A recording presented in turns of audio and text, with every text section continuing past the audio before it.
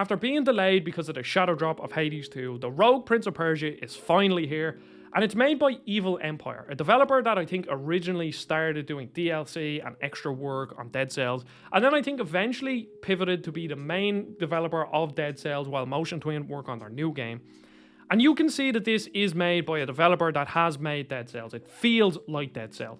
It has the 2D action combat. It has some platforming. The levels are laid out the exact same with sort of a main path above, and then eventually you'll meet like little paths that you can go down and find extra secrets and all that.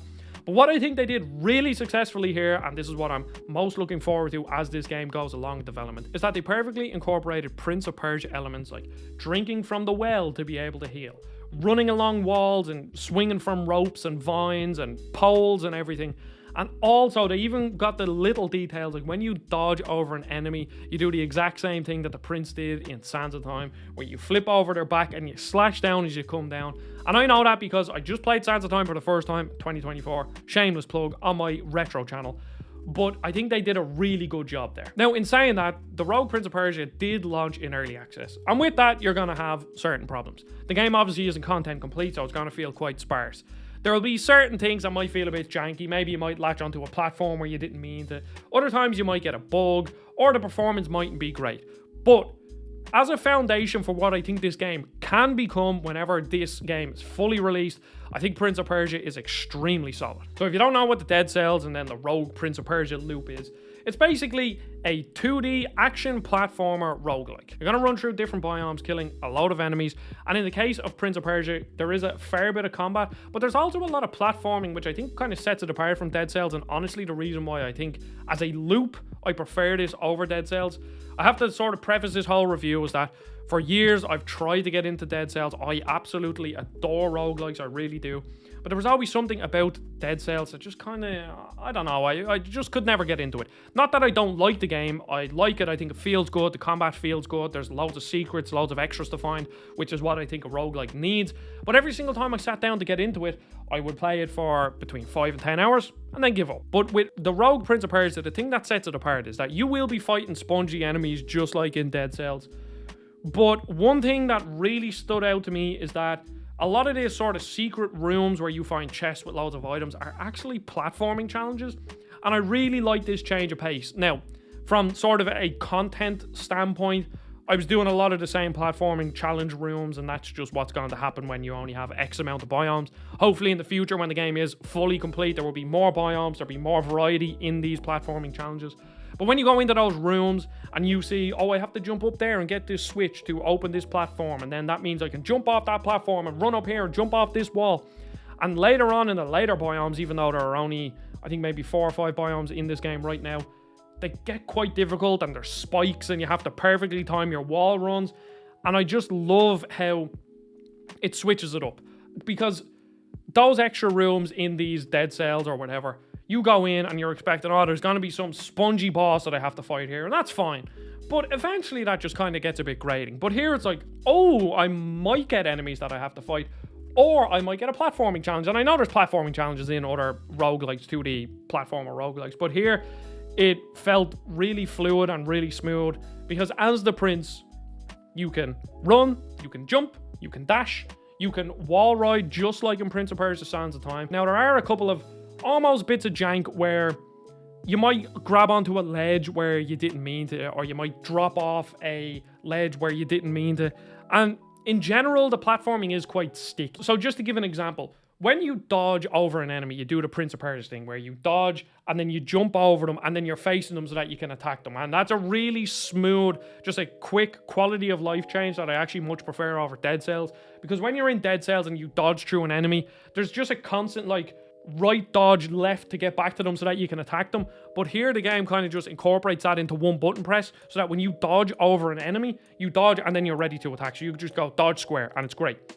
But there's a couple of times where when you dodge over an enemy, the height that you reach from dodging that enemy will then put you in line with a platform above you and you will automatically cling to that platform. And the thing about that stuff is that's the sort of stuff that can, change quite quickly. That's, a relatively easy fix to do. I'm no game developer, maybe I'm wrong, but they're the sort of tweaks where the base of the game is really solid, but that's kind of what needs to be fixed. I also think some of the enemies are a bit spongy. I don't personally like the spongy enemies of this and Dead Cells, where, you know, certain enemies could take 5-6 slashes before they're dead, and it just kind of, I don't know, that's just a personal thing that I don't like. And then when you get into the item economy, so again, since this isn't content complete, it's kind of hard to know. You have relics which basically augment certain things that you do. So let's say you have 4 relics down the bottom, and one relic will say you deal 50% more damage to shielded enemies, and shielded enemies are enemies with blue health, and then when you break that, then you can deal normal damage to them, and it's actually really useful because it's really good against the bosses. And let's say that, so you have 4 relics down the bottom. If you put that relic in the first slot, it will boost the second 2 slots, and each relic has different ways that they boost things. And then relics have levels, so that when you say deal 50% more damage to shielded enemies, when you have that at level 2, it might mean you deal 60% or whatever. And then when you get that at level 3, when you break someone's shield, they light on fire or something. And that's sort of the main sort of progression and upgrade loop as you go through. And eventually you get like some pretty cool stuff where when you dodge over somebody, you cover the ground in sludge, which slows people down, or it drops a cloud of poison, or you augment your ranged attack with poison or something.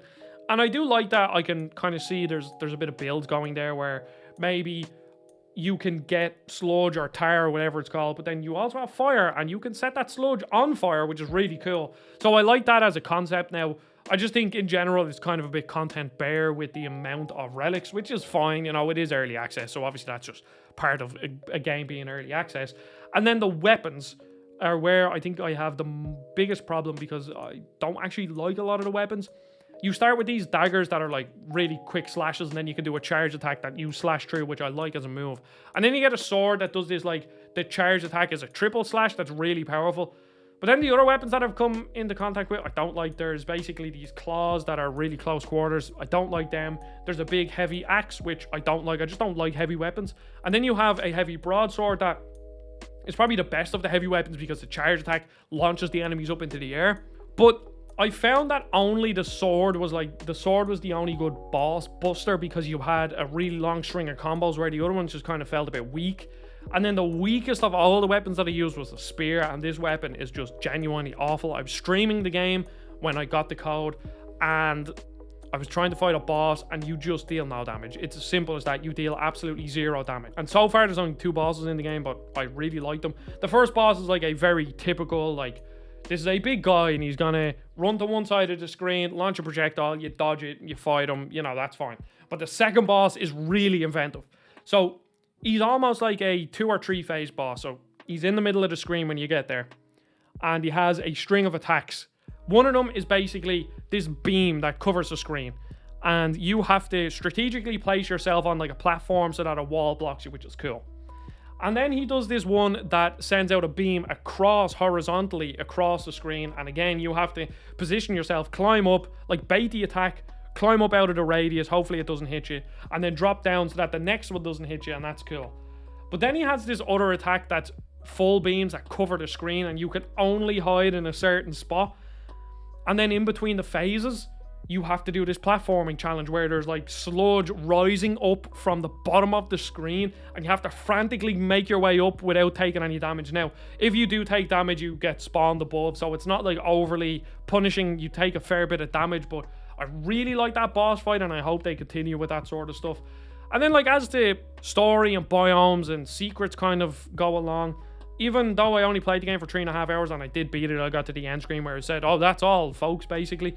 But there was loads of, like, NPCs to talk to that eventually I found, and they unlock different biomes and stuff. So I think as a base, this game is in a very solid place. But do I recommend it right now? I don't, because it's just not content. There's just not enough content in the game. It is like $17 or $18. There's like a launch sale on. So I think it's $20 or €20 for the base price, which I think is like a good spot to get into, because I assume this is going to be more expensive when it comes out.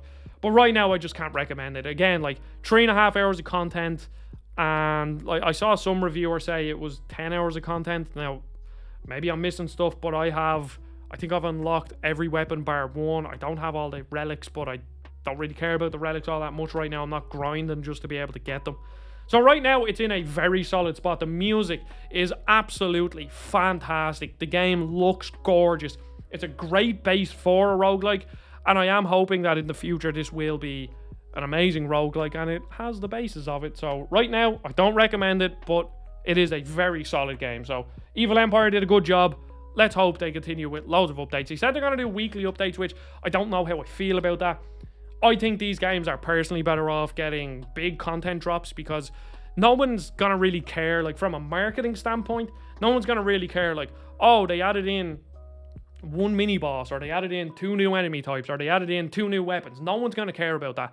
No streamer's gonna cover it again. From a marketing standpoint, you're better off having, we're gonna have 3 major updates. Now, they said they're gonna do major updates, but it's like, just lump them all into one major or into like major updates. That's how I personally prefer how they do it, because when they're like, oh, here's the Act 2 major update, we've added 3 new bosses, 2 new biomes, 5 new weapons, 10 new enemy types, and all this, and then that's when people get back into it. But this sort of tiny updates, like, often, I don't think is a good idea. But that's up to them.